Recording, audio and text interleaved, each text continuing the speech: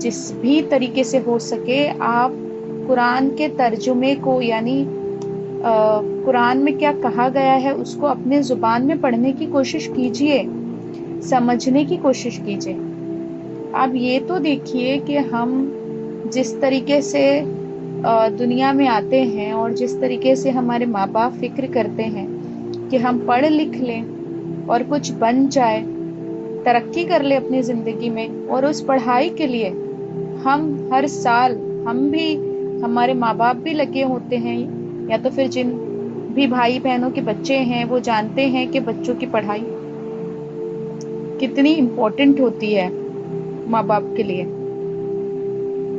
اس پڑھائی کو کروانے کے لیے ماں باپ اور بچے دن رات لگے رہتے ہیں کہ بچہ ایگزام میں اچھے سے پاس ہو جائے، اچھے سے پڑھائی کرے۔ اسکول جو ہے بچے 8 گھنٹے کی اسکول میں جاتے ہیں، پھر ٹیوشنز میں جاتے ہیں اور بہت ساری مشقتیں اٹھاتے ہیں کہ ہر ایک کلاس جو ہے وہ پاس آؤٹ ہو، اور پاس کر کے جو ہے وہ آگے بڑھے، کامیاب ہو کر آگے بڑھے۔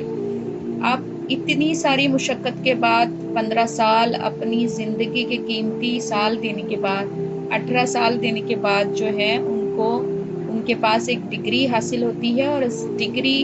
کے تحت وہ زندگی میں جینے کے لیے انکم جنریٹ کر پاتے ہیں یا کچھ کمائی کر پاتے ہیں۔ اب وہ جو کمائی ہوتی ہے اس کو کرنے کے لیے اتنی ساری مشقتیں کرتے ہیں، پوری اتنے سارے سال اور اپنے پیسے۔ ماں باپ آج کل تو ماشاءاللہ پڑھائی بہت ہی زیادہ مہنگی ہو گئی ہے، اسکولوں کی فیس بھی بڑی مہنگی ہے، اور آگے ڈگریاں لینے کے لیے بھی بہت سارے پیسے لگتے ہیں، تو اپنا جان مال سب کچھ اس علم کو حاصل کرنے کے لیے ہم لگا دیتے ہیں۔ کتنے سال؟ منیمم 15، کم سے کم 15 سال، یا پھر 18 سال، یا پھر 20 سال، اور رات دن کی محنت۔ مگر کیا آپ نے یہ سوچا ہے کہ یہ پڑھائی کرنے کے بعد، اس پڑھائی کے بعد اگر یہ زندگی نہیں رہی تو پھر کیا؟ اس پڑھائی کا کیا مطلب رہ گیا؟ یہ سوچا ہے آپ نے؟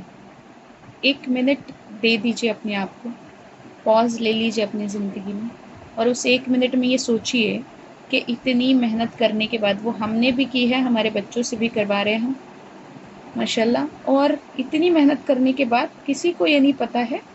کہ زندگی کتنی ہے۔ تو یہی معاملہ ہو گیا کہ سامان 100 برس کا اور پل کی خبر نہیں۔ ہم سوچتے ہیں کہ پڑھائی لکھائی کر لیں گے، بچے ہمارا سہارا بنیں گے، ان کے خود کے پیروں پہ کھڑے ہوں گے، مگر اگر ایسا ہو گیا کہ وہ زندگی پڑھائی کے 1-2 سالوں کے بعد ختم ہو گئی، یا 5-6 سالوں کے بعد ختم ہو گئی، تو اس پڑھائی کا اتنی محنت کا فائدہ تو یہی رہ گیا، اسی دنیا میں رہ گیا، اس کا فائدہ اوپر نہیں جا سکتا۔ یہ تو پتہ ہے نا آپ لوگوں کو، اتنی تو عقل اللہ تعالیٰ نے دی ہے ہم سب کو۔ اب اگر اس میں سے چند سال یا اپنی زندگی کا تھوڑا سا وقت، وہ جو اتنے سارے گھنٹے آرز جو ہیں ہم اپنی دنیاوی پڑھائی میں ڈالتے ہیں، اس میں سے ہم آدھا 1 گھنٹہ جو ہے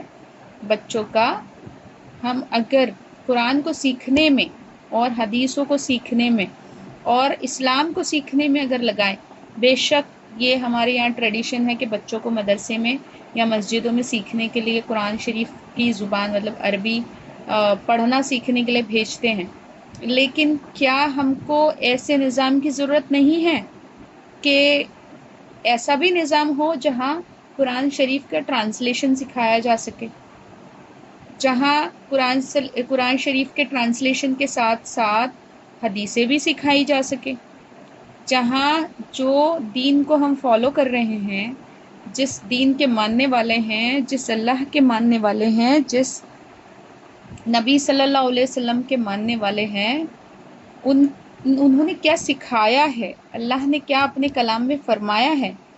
وہ سب بھی جان سکے اور اپنے بچوں کو بھی سکھا سکے۔ اب اس کے فائدے میں بتاتی ہوں آپ کو۔ اب اللہ کرے آپ لوگوں کے دل میں اترے یہ بات، کیونکہ بڑی لاجیکل بات ہے عزیزو، بہت لاجیکل بات ہے کہ یہ جو ساری دنیاوی چیزیں ہم سکھا رہے ہیں وہ ضروری ہے، اس میں کوئی دو رائے نہیں ہے کہ ضروری ہے، زندگی جینے کے لیے ضروری ہے، لیکن یہ زندگی جو ہے 60 70 80 100 سال کی ہے، اس سے زیادہ نہیں ہے۔ اس بات پر آپ ایگری کرو گے؟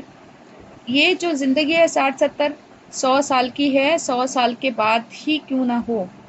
جو انسان کو اس زندگی کو چھوڑنا ہے اور اللہ کے پاس جانا ہے۔ اب کیوں نہ ہم ایسا سودا کرے کہ یہ اگر 70 100 سال کی زندگی ہے اس کا بھی ہمارا کام بن جائے، اور آخرت میں مرنے کے بعد بھی ہمارا فائدہ ہو، اور ہمارا فائدہ مطلب ہم پڑھ رہے ہیں تو ہمارا فائدہ نہیں، ہم جو بچے ہیں ہمارے ان کو پڑھا رہے وہ بھی ہمارے فائدے کا سبب بنے۔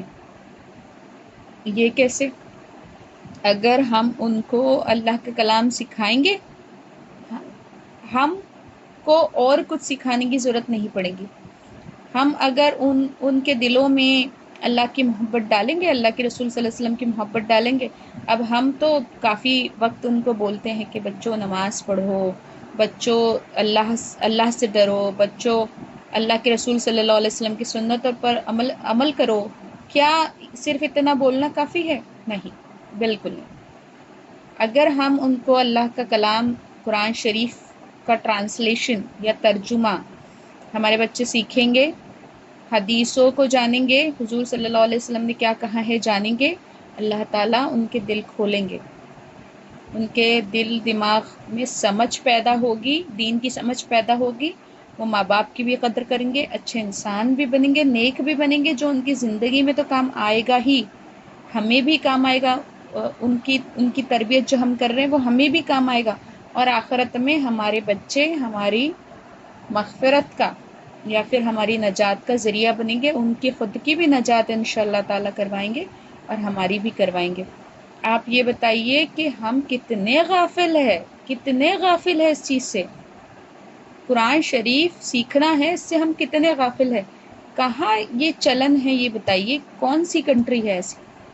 کون سا علاقہ ہے ایسا جہاں یہ چلن ہے کہ بچوں کو اسکولی پڑھائی کے ساتھ ساتھ قرآن کا ٹرانسلیشن سکھانا ہے، قرآن کیا کہتا ہے سکھانا ہے،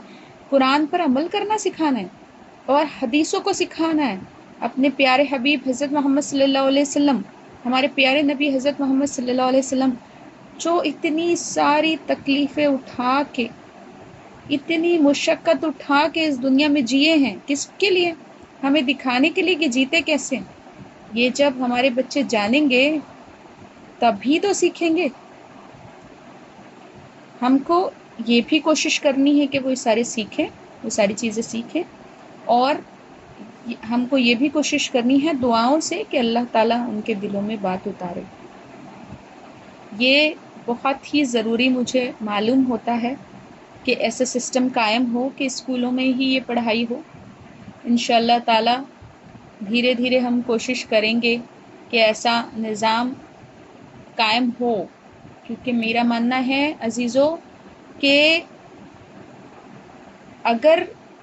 بہت سارے لوگ نہیں چاہ رہے ہو یا چاہ رہے بھی ہو تو شروعات تو ایک کو کرنی پڑتی ہے نا، شروعات تو کرنی پڑتی ہے نا۔ اللہ تعالیٰ تو نیتوں کو دیکھتے ہیں نا، اور نیتوں سے بڑے بڑے کام ہو جاتے ہیں، کیونکہ انسان نہیں کرتا ہے کام، اللہ کرواتے ہیں اس کا۔ آپ مجھے بتائیے کہ آپ سہمت ہیں کہ ہماری اسکولوں میں، ہماری کالجوں میں نہیں کہوں گی، اسکولوں میں ہی اسکول کا سلیبس کافی ہو جائے گا؟ کیا ایسا نظام نہیں ہونا چاہیے کہ ایک سبجیکٹ ہی کیوں نہ ہو، وہ قرآن ٹرانسلیشن کا سبجیکٹ ہو یا پھر حدیثوں کو جاننے والا سبجیکٹ ہو؟ ایک سبجیکٹ تو کافی نہیں ہوگا، شاید 2-3 سبجیکٹ ایڈ کرنے پڑیں گے۔ آلریڈی ہمارے بچے کتنے سبجیکٹس پڑھتے ہیں، 6-7 سبجیکٹس ہوتے ہیں، اس میں بہت ساری چیزیں ہوتی ہیں، لینگویج کے سبجیکٹس ہوتے ہیں، میتھس ہوتا ہے، سائنس ہوتا ہے، جغرافی، ہسٹری، سب کچھ جاننا ہوتا ہے۔ کیا ہمارا فرض نہیں بنتا کہ ہمارے بچوں کو ہم صحابہ کرام کے قصے بتائیں، ہم ہمارے پیارے نبی حضرت محمد صلی اللہ علیہ وسلم کے قصے بتائیں، انہوں نے کس طریقے سے زندگی گزاری وہ بتائیں؟ کیا ہمارا فرض نہیں بنتا کہ ہم بچوں کو یہ بتائیں کہ اللہ تعالیٰ اپنے کلام میں کیا فرماتے ہیں اپنے بندوں سے، کس موقع پر کیا کیا اللہ ترغیب کرتے ہیں کہ کیسے جینا ہے؟ اور کس طریقے سے ہینڈل کرنا ہے سچویشن کو، حالات کو کس طریقے سے ہینڈل کرنا ہے۔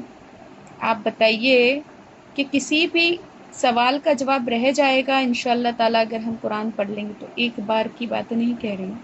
اگر ہم بار بار قرآن شریف پڑھیں گے انشاءاللہ تعالیٰ مجھے یقین ہے کہ ہمارے بہت سارے سوالوں کے جواب ہم کو مل جائیں گے۔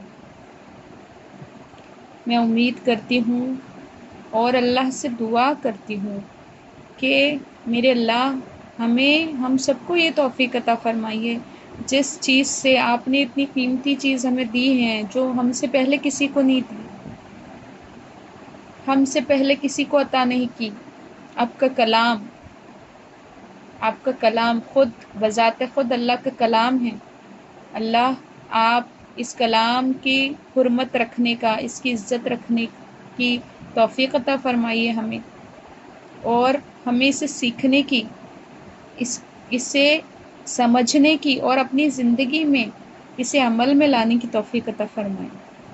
اور اپنے پیارے حبیب حضرت محمد صلی اللہ علیہ وسلم جو ہمارے لیے روتے ہوئے نہیں تھکتے تھے، ہماری مغفرت کی دعائیں کرتے نہیں تھکتے تھے، اور اپنی زندگی میں ہمیں بتانے کے لیے کہ ہم میرے غریب امتیوں کو پریشانی نہ ہو یا ان کو دکھ نہ ہو، ساری زندگی میں غربت میں بتا ڈالی، اتنی ساری تکلیفیں اٹھائی صرف اس لیے کہ ہم کو دکھ نہیں ہو۔ تو کیا ہمارے فرض نہیں بنتا کہ ان کی لاج رکھ لے؟ اللہ ہمیں ان کا لاج رکھنے والا بنا دیجئے،